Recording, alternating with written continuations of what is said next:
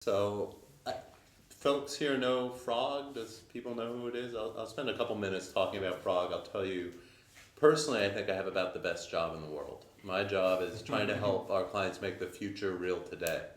And in fact, we met at a Future Cities event, right? Yeah, and it was a global shapers about how Yeah. data can save the world, basically. Yeah, and this is an image I'm starting with of a prototype we did at Frog of putting a data layer over the city of Munich. And what I want to talk to you about is a bit of storytelling. Frog is a global design firm, and our approach to design has evolved over 40 years. Started as an industrial design firm, and today we've moved beyond digital design to what we call convergent experiences. The idea that brand is no longer about a slogan or a logo in retail or almost any other industry, but it's really about what your customers take away from every touch point, and how do you design experiences across all of those touch points that become signature to your company. And so it's exciting to be here and be a part of Monolith, because I think they're going to be one of the pioneers in helping retail do this. And so what I'd like to talk to you about are a few things. I'll give you a quick point of view on how Frog sees design and the world evolving and our role in it.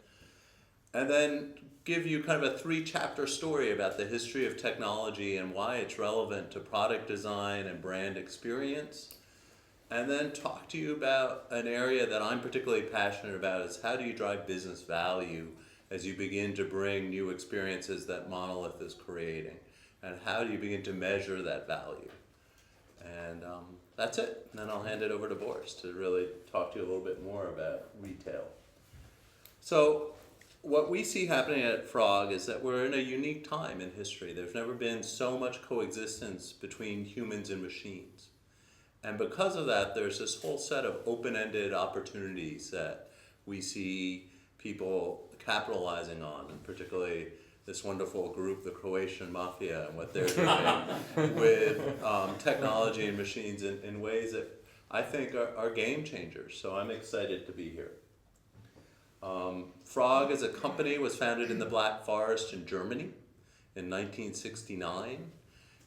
We came to the United States in the early 80s when Steve Jobs, the founder of a little known company at the time called Apple, went on a tour to find a design partner. And so our early kind of recognition was being the design partner of Apple throughout the 80s. And since then we've gone on to do design for companies like Disney, Google, Microsoft, GE, Intel, most high-tech companies. In fact, we're now in all over the world. We may be the world's largest design firm. We focus on the customer, the consumer, and understanding how to drive product design and product innovation from the perspective of the consumer. And so take a very humanistic approach, not an engineering approach or a technological approach to design. And our clients spread across a number of different industries, and they're all facing a pretty similar problem, which is hyper disruption, is hyper connectivity. The idea that companies that used to be your competitors are now your partners, and companies that were once your partners are now becoming competitors. And the way we work with them is trying to bring innovation. So companies don't come to Frog to save money, they come to us to help them change the game in their industry.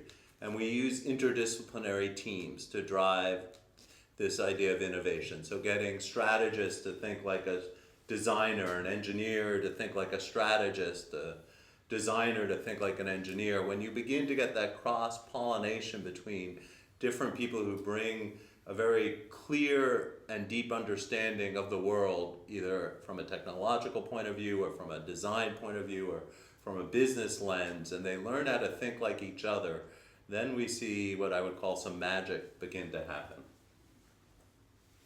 And when we get it right, for our clients, we actually help them bring some game-changing innovations to market. And I want to talk to you a little bit now about how the world is changing and how that's beginning to impact them. Because what we believe is that the world of products, brands, and user experiences are going through a pretty significant transformation right now.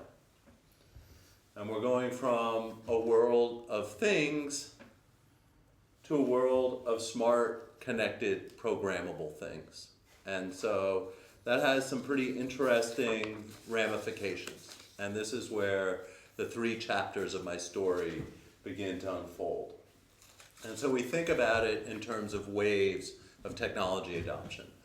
And one of the things a lot of people talk about these days are social graphs. So if your friends on Facebook are considered your social graph. But we've looked at these waves as having 3 distinct graphs: an information graph. In the first wave, the idea that there would be a centralized server that would distribute information initially to you on green screen terminals, today on browsers. That the second graph was really about this idea of the social graph, whether it was your contacts on your phone, your Twitter followers, what have you.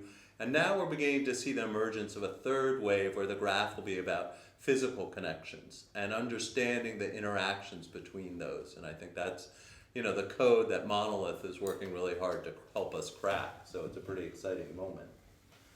But let's talk about each of these waves briefly, because I think there's something we can learn about them.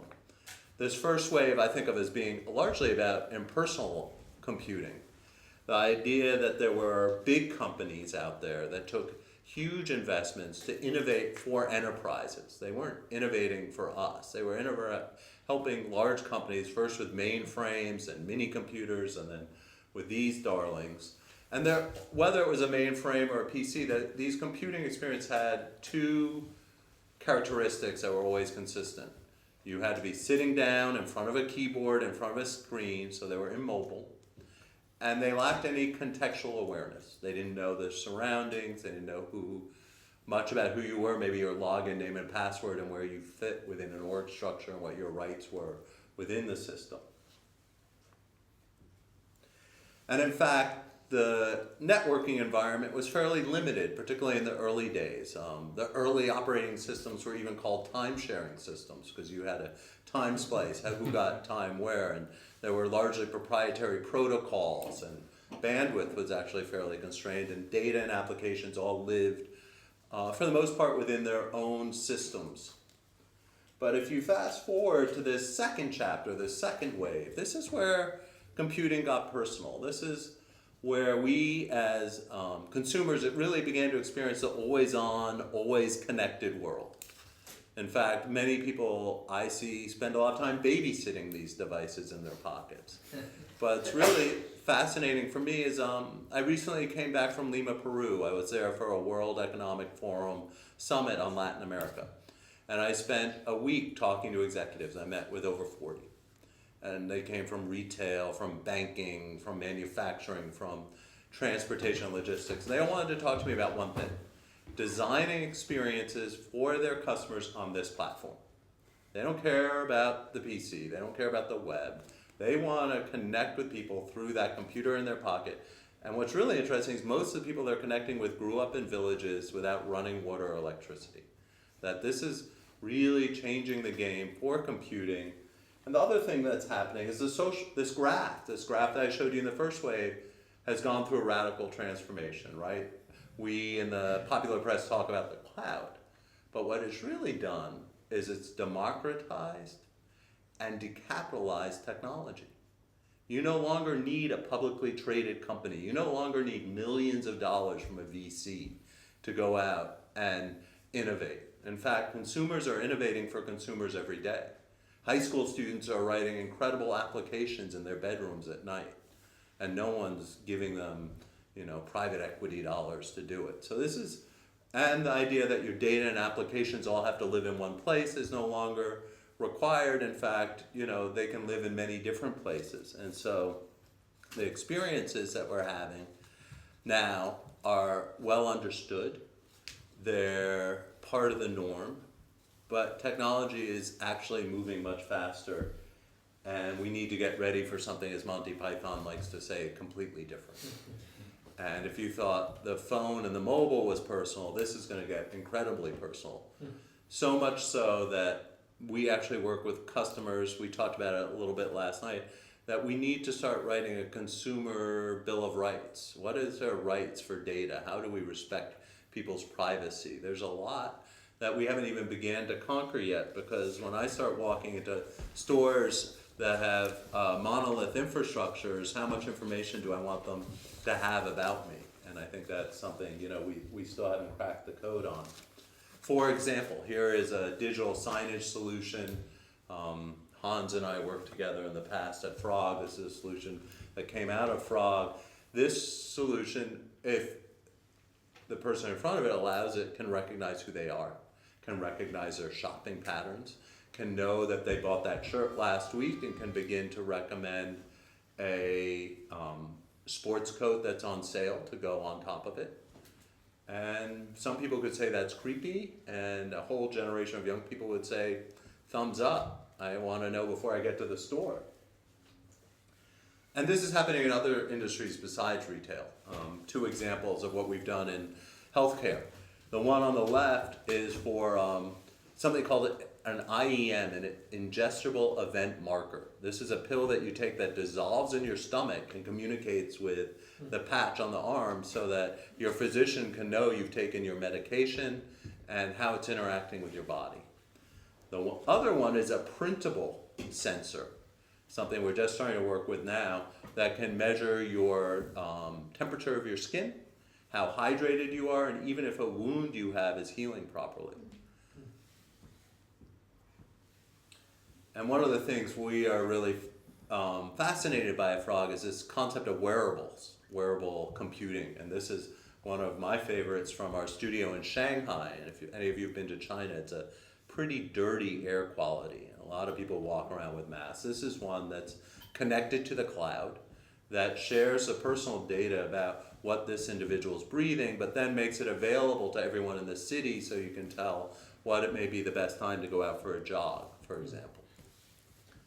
So how is all this third wave stuff happening? Because we see that, again, happening in three phases, two of them well underway. So the first one is, I'm feeling a lot dumber because everything in my world's getting a lot smarter. I got smart cars, smart refrigerator, smart toaster, smart watch, you name it. I mean, the car, for example, self-driving, or a car that I took out with one of my teenage daughters had so many sensors on it, it wouldn't let you back up and hit something. It would actually stop the car before you would hit something. And though I couldn't stomach the price tag, I certainly liked that idea. So besides getting smart, everything's getting connected. So what does this mean? We hit a tipping point about 2010 where we had more things online than we did people. And today we have 6 things online for every person. And we're, according to Cisco and the pundits who are able to project these kind of things, we have less than 1% of all things online today. So there's a lot of things going to be coming online. So what happens now that we have smart and connected things? We're entering this third phase where things get really interesting. This is what Hans is an expert in, so you can talk to him afterwards. Everything's going to be programmable. They're going to have what are called network exposed APIs. If you're not familiar with that TLA, that 3-letter acronym, it stands for an application programmable interface. And so everything that's coming online, we're going to be able to program. And if we don't get that right, we end up like moments like this. This is April 20th, 2010.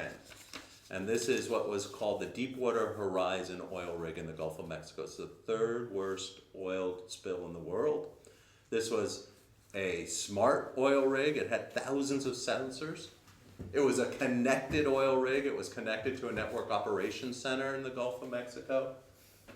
But the problem was it wasn't set up to be orchestrated for a human. It wasn't programmed. The human had so much data coming in at them telling them this was going to happen, they couldn't respond quickly enough.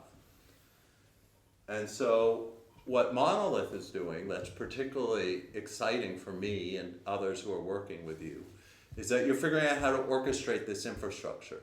You're actually saying we can make this human ready. We can personalize all these sensors in a store, all of these sensors that are going to be part of our lives, and make them work for you. Make preemptive decisions, tell you when you need to send a store clerk to aisle 5 because someone's been looking at something for 10 minutes and clearly is confused and is going to leave if you don't give them some help, or that There are many examples. I'll give a couple others as I wrap up. This is some of the stuff we're doing when we think about the third wave in retail, using a lot of augmented reality, using barcode scanning to help people get information when they're looking for things when they're shopping, using unified communications to bring the expert to you when you're in a store and you need to make a decision, let's say around pharmaceuticals. So this is the last part of my talk. It's probably the driest for some people. It's really around how do you begin to quantify the value? Because when we started getting into this third wave 3 and 4 years ago, and my group at Frog was responsible for building the business case to convince our clients to make a big bet, they wanted that 5-year projection. You'll invest in year 1, you'll invest in year 2, you'll invest in year 3, and then all of a sudden you see this hockey stick where everything starts to pay back. And it turns out it's hard in this economy to get people to make those big bets. So what we've gone back and we thought about this, and we're saying, you know, if you can show someone an ROI on putting in an infrastructure in 12 to 18 months by lowering their running costs, less truck rolls, it begins to really look attractive. If you can take a product and make it smarter in the next phase, there's money to be generated. And what we're seeing in the phase now, and I have an example of each of these, is you can begin to sell a data stream. And so what is the value of a data stream for someone who's already made this investment? Becomes pretty significant because it's something they've never had. And the last phase is really about creating completely new forms of value that haven't existed before. So the first one, how do you lower running costs? This is one of my favorites. I live in the city of Boston in the United States. Twice a week I wake up to a garbage truck rolling down my street at 6:30. Same garbage truck, twice a week, same time. I would predict that 3 out of 4 times there's no reason for it to be coming down my street because the garbage cans still aren't full.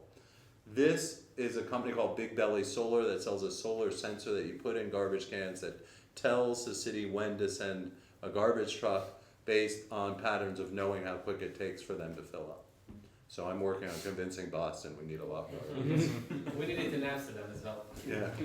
And then, of course, this is one of my favorites for consumers, is to tell newborn parents to get off of Twitter and change their baby's diaper. A well-known product, the diaper. How do you begin to amplify the value of a diaper? I couldn't think of a way, but Huggies did. So good use of sensor technology to amplify an existing product. Now at Frog, we try and say we spend 5% of our time doing what we call social innovation, working for people at the bottom of the pyramid. The idea that this technology shouldn't just be helping all of us who have more disposable income to go into stores and buy more things, but there's a whole segment of the global population that doesn't even have access to basic necessities. So this is a company called Kalimo Salama. They sell a data stream as an insurance company. They insure micro farmers in Africa. And what they've done is they set up solar powered weather stations with weather sensors, and any farmer within 15 kilometers can have their crop seed insured for 5% over the price. So these are farmers who typically harvest on about 1 to 2 hectares, and they spend about $10, their life savings every year, €8. And for 5% more, they can get insurance. They pay for it over M-Pesa, the most widely used mobile payment system in the world. It's used throughout Africa. And Kalimo Salama never sends out an insurance agent to see their farm. Just by using the weather data stream, they can tell whether the crop would successfully harvest or not, and they will reimburse automatically based on that through M-Pesa. And it's really changing the lives of hundreds of thousands of people right now in Africa. And the final one is one, Anton, you can relate to, who does forensic IT. This is a great company. This is, remember, a completely new value in the third wave that couldn't exist. SST Shot Spotter. So what they do is they set up acoustic audio sensor arrays in cities. Turns out, in the US at least, only 2 out of 10 gunshots are ever reported to police. 8 out of 10 gunshots go completely unreported. So in cities like Cincinnati And Oakland, they've started to put these in throughout the most dangerous parts of the city. If a gunshot goes off, it gets directly reported to the police. They know what type of gun was shot. They know what the address was for the shot, and if it was shot from a car, they know what direction the car was going in. And so now they start to turn on the surveillance cameras at the traffic lights, and 3 months ago in Cincinnati, they convicted a felon and sent him away for 5 years based on the data from SST ShotSpotter. It's pretty well publicized, it's great. Shazam for gunshots. Gunshots. And a bit more, but yes, exactly. And now they're moving on to being able to create libraries for broken glass, for screams, and having 2 daughters who are young adults. I'm pretty excited about that. But what I'm most excited about is what our friends here are doing, because they're doing all 4. They're helping stores save money because they can tell them staffing levels they need to go into stores with every day by looking at the sensor data. They're amplifying the value of what's on store shelves by actually looking at patterns. So they know, for instance, in Nike stores on Saturdays when women come in wearing fur, they like to have someone there to help them shop. And so they're now being able to get someone there right away.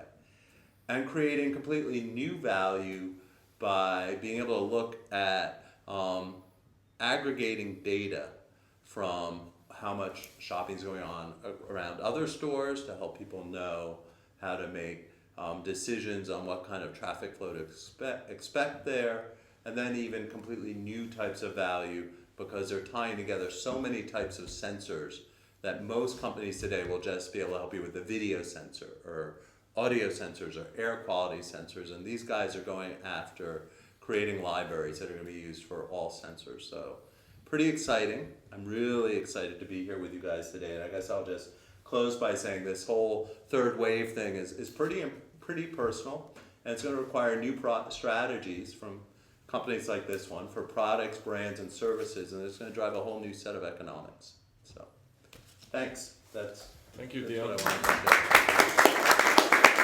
Over to you.